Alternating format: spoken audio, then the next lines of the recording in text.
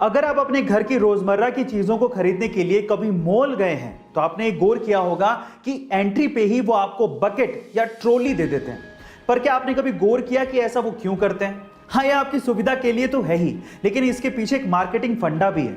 वो मार्केटिंग फंडा ये है कि अगर आप सिर्फ एक चीज को खरीदने के इरादे से मॉल में घुसे हैं और अगर आपको बकेट या ट्रॉली खाली दिखेगी तो आपको थोड़ी बहुत शर्म आएगी और आप एक से ज्यादा चीज खरीदने की कोशिश करोगे।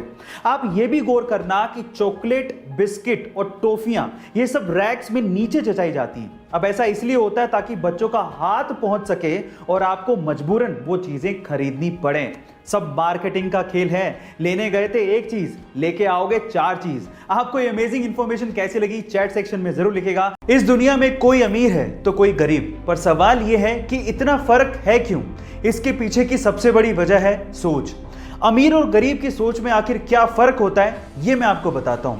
सबसे पहला फर्क है कि गरीब लोगों के बारे में बात करता है, लेकिन अमीर आइडिया के बारे में बात करता है। दूसरा, गरीब यह सोचता है कि मैं अपना समय बेचकर पैसा कैसे कमाऊं, लेकिन अमीर यह सोचता है कि मैं पैसे से पैसा कैसे कमाऊं, वो अपना समय नहीं बेचता। और तीसरा, गरीब सिर्फ तेजी से बातें करता है, लेकिन अमीर तेजी से काम करता है। यही सबसे बड़ा फर्क है। गाइस, अगर आपको भी अमीर बनना है तो अमीरों वाली आदतें अपनाओ। World class vacuum cleaner company में डायसन का नाम आता है, जिसके फाउंडर हैं जेम्स डायसन। लेकिन सक्सेस रातों रात नहीं मिलती। मैं आपकी जानकारी के लिए आपको बता दूं कि डायसन को सिर्फ वैक्यूम क्लीनर का प्रोटोटाइप बनाने में 15 साल का समय लगा और वो कम से कम 5126 बार फेल हुए। 15 साल और 5127 ट्राई के बाद उन्होंने वो वैक्यूम क्लीनर सक्सेसफुली बनाया और आज डायसन कंपनी 70,000 करोड़ की कंपनी है। गाइस, वो कहते हैं ना कि अगर आप कोशिशें नहीं छोड़ते तो एक दिन सफलता आपके कदम जरूर चूमती है। गाइस, आपको डायसन की ये स्टोरी कैसे लगी कमेंट सेक्शन में जरूर लिखिएगा और ऐसे अमेजिंग वीडियोस के लिए share, subscribe and like. Guys, अगर आप 100 काली चींटियों को और 100 लाल चींटियों को एक जार में डाल दें तो कुछ नहीं होगा, लेकिन अगर कोई जार को शेक करेगा तो चींटियां एक दूसरे को मारना शुरू कर देंगी।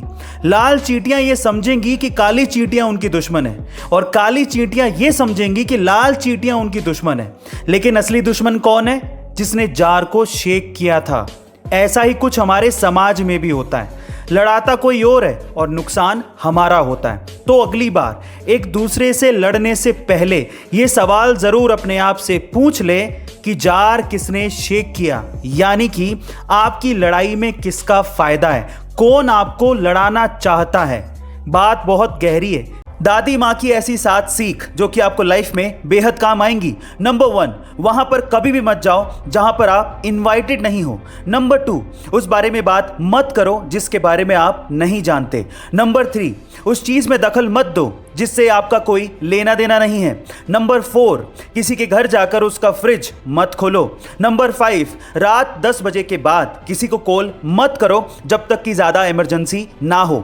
नंबर 6, लंच टाइम पे किसी को भी देखने मत जाओ। और सबसे इंपॉर्टेंट नंबर 7, लोगों के बेडरूम में बिना परमिशन कदम मत रखो। गाइस, ये सीख आपको कैसे लगी कमेंट सेक्शन में जरूर लिखेगा और ऐसी अमेजिंग वीडियोस के लिए शेयर, सब्सक्राइब एंड लाइक। मिलता है अगली वीडियो में।